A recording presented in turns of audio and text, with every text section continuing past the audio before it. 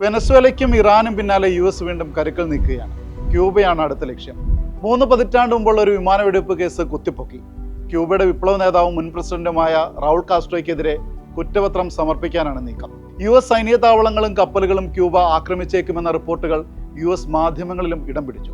ഏകപക്ഷീയ സൈനിക നടപടിക്ക് കാരണം കണ്ടെത്താനുള്ള കൊണ്ടുപിടിച്ച ശ്രമങ്ങൾ ട്രംപ് ഭരണകൂടം തുടങ്ങിയിരിക്കുന്നു.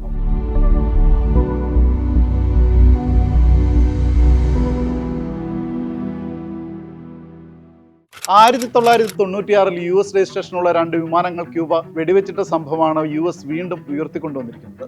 അന്ന് പ്രതിരോധ മന്ത്രിയായിരുന്ന റൗളിന്റെ നിർദ്ദേശപ്രകാരമാണ് ആക്രമണം നടന്നതെന്നാണ് US ആരോപണം. എന്നാൽ രാജ്യത്തിന്റെ വ്യോമാതിർത്തി ലംഘിച്ച വിമാനങ്ങൾ പ്രതിരോധ നടപടിയുടെ ഭാഗമായി വെടിവെച്ചിട്ടതാണെന്നായിരുന്നു ക്യൂബ വ്യക്തമാക്കിയത്. 3 പതിറ്റാണ്ടിനിപ്പുറം ഈ കേസ് വീണ്ടും കുത്തിപ്പൊക്കുന്നത് വെറുതെയല്ല. ക്യൂബയെ തങ്ങളുടെ വരുതിയിലാക്കാനുള്ള അതിമോഹം തന്നെയാണ് USനെയും പ്രസിഡന്റ് ട്രംപിനെയും ഭരിക്കുന്നത്. ക്യൂബ റഷ്യയോടും ചൈനയോടും കൂടുതൽ അടുക്കുന്നു, അവിടെ ഇന്റലിജൻസ് സൈനിക സ്വാധീനങ്ങൾക്ക് വേദിയാകുന്നു എന്നിങ്ങനെ ആരോപണങ്ങൾ US പലപ്പോഴായി ഉന്നയിക്കുന്നതാണ്.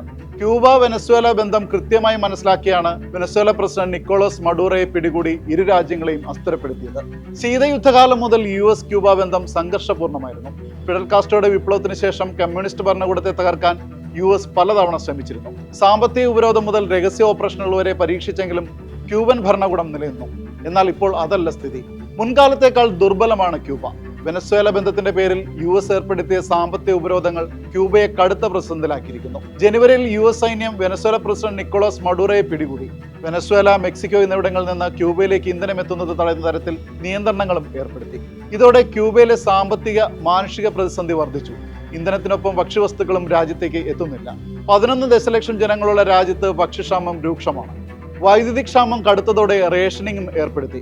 ഭക്ഷ്യക്ഷാമവും സാമ്പത്തിക തകർച്ചയ്ക്കുമൊപ്പം ഉയരുന്ന ജനരോഷം ഭരണകൂടത്തെ സമ്മർദ്ദത്തിലാക്കുന്ന തക്കം നോക്കിയാണ് ട്രംപ് ഭരണകൂടത്തിന്റെ പുതിയ നീക്കങ്ങൾ എന്നതും ശ്രദ്ധേയം.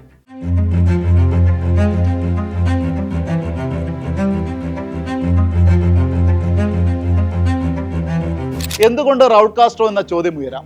മുൻ പ്രസിഡന്റ് എന്നതിലുപരി കമ്മ്യൂണിസ്റ്റ് ഭരണകൂടത്തിന്റെ ഏറ്റവും ശക്തമായ മുഖം തന്നെയാണ് റൗൾ. ക്യൂബൻ വിപ്ലവത്തിന്റെ ജീവിച്ചിരിക്കുന്ന പ്രതീകം. ഫിഡൽ കാസ്ട്രോയ്ക്ക് ശേഷം കമ്മ്യൂണിസ്റ്റ് ഭരണകൂടത്തിന്റെ ശക്തി കേന്ദ്രമായി കണക്കാക്കുന്നതും റൗളിനെയാണ്. 2021 ക്യൂബൻ കമ്മ്യൂണിസ്റ്റ് പാർട്ടി നേതൃത്വത്തിൽ നിന്ന് പിന്മാറിയെങ്കിലും രാജ്യത്തിന്റെ രാഷ്ട്രീയ പ്രതീകമാണ് ഈ 94-കാരൻ. ക്യൂബൻ സൈന്യത്തിലും കമ്മ്യൂണിസ്റ്റ് പാർട്ടിയിലും റൗളിന് ഇപ്പോഴും സ്വാധീനമുണ്ടെന്ന് USും വിലയിരുത്തുന്നുണ്ട്. അതിനാൽ റൗളിനെതിരായ US നീക്കം വ്യക്തിപരമായ നടപടിയായി മാത്രം കാണാനാവില്ല. ക്യൂബൻ വിപ്ലവ പാരമ്പര്യത്തെയും ഭരണ സംവിധാനത്തെയും തന്നെയാണ് US ലക്ഷ്യമിടുന്നത്.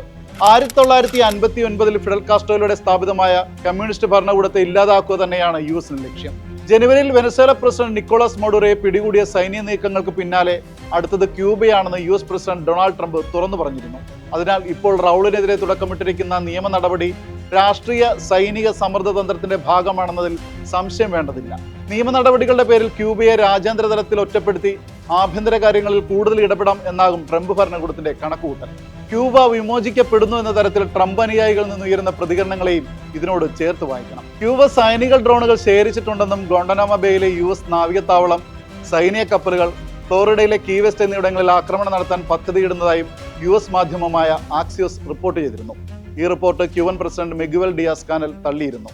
റിപ്പോർട്ട് അടിസ്ഥാനരഹിതമാണ്.